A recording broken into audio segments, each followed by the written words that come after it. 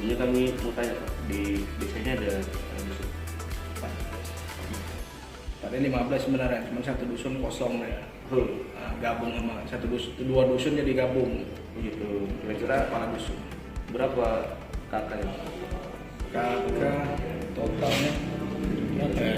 Kalau apa nih? Kisaran 1.600-an. 1.600 ya. Nah, terus untuk dusun 12 kemarin itu ada berapa kakak?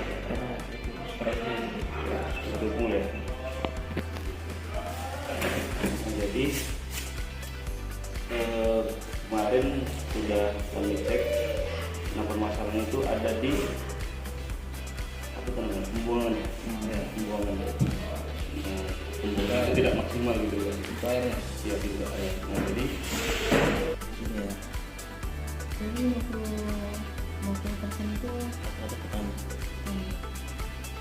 Jadi kan nelayan itu juga ada yang termasuk. Nah, kalau misalnya masyarakat di sini ada nggak buat dari kerajaan misalnya terasi gitu?